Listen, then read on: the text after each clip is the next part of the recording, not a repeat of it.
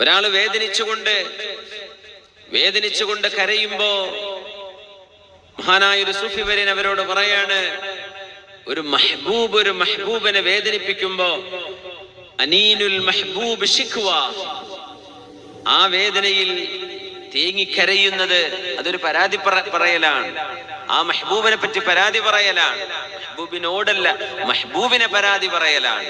എന്തേ പടച്ചോനെ നീ എനിക്കിങ്ങനെ തന്നു, അതുകൊണ്ട് നിങ്ങള് കരയല്ലിൻ, നിങ്ങളിങ്ങനെ തേങ്ങിക്കരയല്ല എന്ന് പറയാനാണ് അദ്ദേഹം ഉദ്ദേശിച്ചത്. അള്ളാഹു നമുക്കൊക്കെ വേദനാജനകമായ സുഖങ്ങളിൽ നിന്ന് അള്ളാഹുവെ നീ കാവൽ നൽകി അനുഗ്രഹിക്കണേ പടച്ചവനെ. അത്തരം പ്രയാസങ്ങളിലൂടെ കടന്നു പോകുന്ന രോഗികൾക്ക് റബ്ബേ നീ ശിഫ നൽകണേ അല്ലാഹ്. ആമീൻ യാ റബ്ബൽ ആലമീൻ. അതൊരു ശിഖ്വയാണ് എന്ന് പറഞ്ഞപ്പോ ആ മെഹബൂബ് ഇങ്ങോട്ട് പറയാണ്, രോഗി ഞാൻ അറിയാതെ തേങ്ങിപ്പോയതാണ്. ഒരു മെഹബൂബിനോട് ചെയ്യുന്ന വേദനിപ്പിക്കലിൽ ആ മെഹബൂബിനെ ഇഷ്ടപ്പെട്ടില്ലെങ്കിൽ അത് ശിഖ്വയല്ലേ എന്ന് പറഞ്ഞാൽ ഞാൻ ഇനി കരയില്ല എന്ന് മാത്രമല്ല, എന്റെ മെഹബൂബായ അള്ളാഹു എന്നോട് എന്ത് ചെയ്താലും എനിക്കതിൽ ഒരു പരാതിയില്ലെന്ന് മാത്രമല്ല, എന്റെ മെഹബൂബിനോട് എനിക്കതിൽ ഇഷ്ടമേ ഉള്ളൂ. ഇതൊക്കെ ഈമാനിന്റെ ഹൈ ഗ്രേഡുകളാണ്, ഹൈ ലെവലുകളാണ്. നമുക്ക് അങ്ങോട്ടൊക്കെ എത്താൻ കഴിയണം. അള്ളാഹു തൗഫീഖ് ചെയ്യട്ടെ. ആ ഒരു രംഗത്തെയാണ് പുണ്യനബി തങ്ങൾ പറയുന്നത്, അജബൽ ലി അംരിൽ മുഅ്മിൻ, മുഅ്മിനായ മനുഷ്യന്റെ കാര്യം അത്ഭുതമല്ലേ. ഇന്ന സ്വാബതുഹു സറാഉ ശകർ വഇന്ന സ്വാബതുഹു ദറാഉ സബർ വലൈസ ദാലിക ഇല്ലാ ലിൽ മുഅ്മിൻ. ഒരു വിശ്വാസിയുടെ കാര്യം എത്ര അത്ഭുതമാണ്, ഒരു സന്തോഷമുണ്ടാകുന്ന കാര്യമെത്തിയാൽ അള്ളാഹുവിനെ സ്തുതിക്കുകയും അൽഹംദുലില്ലാഹ് എന്ന് പറയുകയും, പരീക്ഷണങ്ങൾ ഉണ്ടാകുമ്പോൾ അള്ളാഹുവിന്റെ മുമ്പിൽ ക്ഷമിക്കുകയും ചെയ്യുന്ന ഒരു മുഅ്മിൻ. ഇത് രണ്ടുമല്ലേ ജീവിതത്തിലുള്ളൂ. ഒന്നുകിൽ പരീക്ഷണം, ഇല്ലെങ്കിൽ സന്തോഷമുള്ള അവസ്ഥകൾ. ഇത് രണ്ടിലും ഒരു ഭാഗത്ത് ക്ഷമയും ഒരു ഭാഗത്ത് ശുക്റും, സബറും ശുക്റും, ഇത് രണ്ടല്ലേ നമ്മുടെ കൈകളിലുള്ളൂ. വിദ്യാർത്ഥികൾക്ക് വലിയ ക്ഷമ വേണം. മുതഅല്ലിമീങ്ങൾക്ക് പഠിക്കുന്ന കാലം എന്ന് പറഞ്ഞാൽ അയ്യാമുൽ മുസാബറ, തഅല്ലുമിന്റെ കാലഘട്ടം വലിയ കഠിനാധ്വാനത്തിന്റെ കാലമാണ്. വീട് ആലോചിക്കുമ്പോൾ ടെൻഷൻ വരും കുട്ടികൾക്ക്. പല കാര്യങ്ങൾ ഓർക്കുമ്പോൾ അവർക്ക് പഠനം നിർത്തിപ്പോയാലോ, ഞാനിവിടെ ഇനി എത്ര കൊല്ലം ഇരിക്കണം പഠിച്ചവനെ, അതിൻ്റെ ഇടയ്ക്ക് ഞാൻ പോയി വല്ല ജോലിയും ചെയ്താൽ എനിക്ക് എന്റെ കുടുംബം പുലർത്താലോ എന്നൊക്കെ തോന്നിപ്പോകുന്ന ചില വസ്വാസുകൾ വരും. ഇതൊക്കെ പിടിച്ചു നിർത്തി, ഇല്ല റബ്ബേ ഇന്നല്ലാഹ മഅസ്സാബിരീൻ, ഞാൻ ക്ഷമിക്കുകയാണ്, നീ എന്റെ കൂടെ ഉണ്ടാകുമല്ലോ റബ്ബേ. അമ്പിയാക്കന്മാരെ ക്ഷമിച്ചു. അങ്ങനെ ആ ക്ഷമയുടെ വലിയ വലിയ ദൃഷ്ടാന്തങ്ങൾ ഖുർആൻ ഇങ്ങനെ പറഞ്ഞു. നൂഹ് നബി അലൈഹിസ്സലാം മെസപ്പൊട്ടേമിയയിലുണ്ടായ ആ ഒരു വലിയ വെള്ളപ്പൊക്കം, മഹാനായ നൂഹ് നബി അലൈഹിസ്സലാം അള്ളാഹു കപ്പലുണ്ടാക്കി കൊടുത്ത് രക്ഷപ്പെടുത്തി. സയ്യിദുനാ സ്വാലിഹ് അലൈഹിസ്സലാം അത്ഭുതകരമായി മഹാനെ രക്ഷപ്പെടുത്തി. സ്വാലിഹ് നബിയുടെ ഒട്ടകം, പാറയിൽ ഉള്ളിൽ നിന്ന് പുറത്തു വന്ന ഒട്ടകം, അതിനെ അറുത്ത ആളുകൾ കടുത്ത നടപടി അള്ളാഹു സ്വീകരിക്കുമ്പോ സ്വാലിഹ് നബി അലൈഹിസ്സലാമിനെയും കൂടെയുള്ളവരെയും അള്ളാഹു രക്ഷപ്പെടുത്തുന്നു. സയ്യിദുനാ ഇബ്രാഹിം അലൈഹിസ്സലാം രക്ഷപ്പെടുത്തി എന്ന് മാത്രമല്ല, കഅബാലയം പടുത്തുയർത്താനുള്ള തൗഫീഖ് അള്ളാഹു നൽകിയില്ലേ സയ്യിദുനാ ഇബ്രാഹിം അലൈഹിസ്സലാമിന്.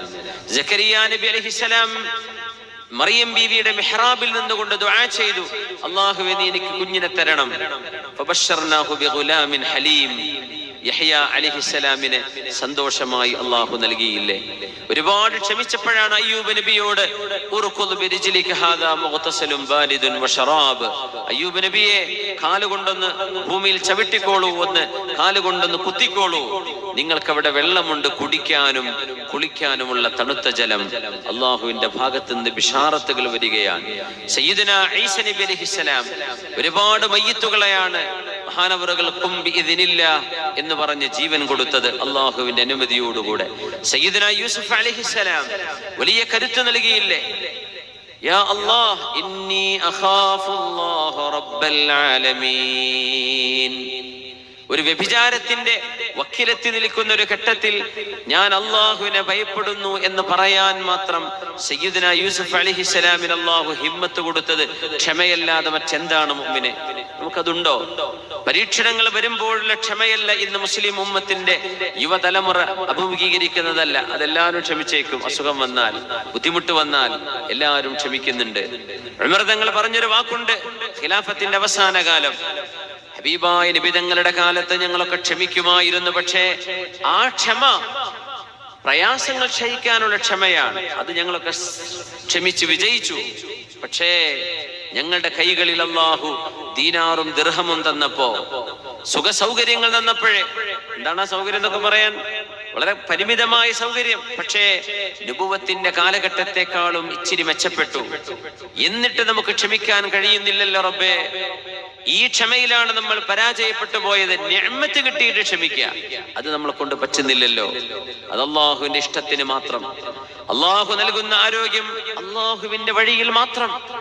അല്ലാഹു നമുക്ക് നൽകുന്ന ആരോഗ്യവും സമ്പത്തും സൗന്ദര്യവും എന്താകട്ടെ അല്ലാഹു ഇഷ്ടപ്പെടുന്നതിന് മാത്രം. അല്ലാഹു നമുക്ക് നൽകുന്ന അറിവ്, നമ്മുടെ സമയം പടച്ച തമ്പുരാന് മാത്രം. അങ്ങനെ ചെലവഴിക്കാൻ നമ്മളെ കൊണ്ടാകുമോ? അങ്ങനെ നമുക്കാകുമോ എന്നിടത്താണ് നമുക്ക് ഇന്ന് ചർച്ച ചെയ്യാനുള്ളത്. അല്ലാഹു റബ്ബുൽ ഇസ്സത്ത് തിന്മകളിൽ നിന്ന് വിട്ടുനിന്ന് അള്ളാഹുവിനെ ഭയപ്പെട്ട് ജീവിച്ചു മരിക്കാനുള്ള ഭാഗ്യം അള്ളാഹു നമുക്ക് നൽകി അനുഗ്രഹിക്കട്ടെ. ആമീൻ യാ റബ്ബൽ ആലമീൻ. ഈ ഉമ്മത്തിൽ നിന്ന് പ്രതിനിധീകരിക്കുന്ന ഏറ്റവും വലിയ വിഷയം അതാണ്. ക്ഷമയില്ലായ്മ ഏറ്റവും കൂടുതൽ നമ്മുടെ തിന്മയിലേക്ക് നമ്മൾ നയിച്ചുകൊണ്ടിരിക്കുകയാണ്, അല്ലേ? ക്യാമ്പസുകളും അങ്ങാടികളും നമ്മുടെ ഓണം കേറാ മൂലകൾ വരെ മയക്കുമരുന്നിന്റെ ലഹരിയുടെ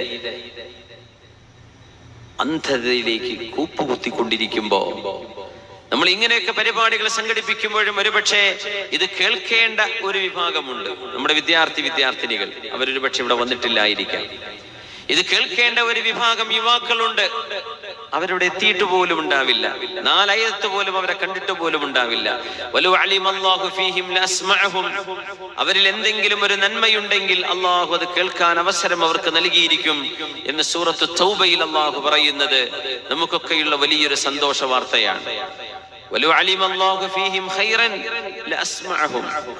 നന്മ കേൾക്കാൻ ഒരു അവസരം അള്ളാഹു നമുക്ക് നൽകിയത് നമ്മളിൽ അള്ളാഹു ഖൈർ കണ്ടിരിക്കുന്നു എന്നതിന്റെ അടയാളമാണ്. മാഷാ അല്ലാഹ്, നമ്മളിൽ ഒരു ഖൈർ, എപ്പോഴോ ചെയ്ത ഒരു നന്മ, ആ നന്മയ്ക്ക് അള്ളാഹു നൽകുന്ന പകരം എന്താണെന്നറിയോ?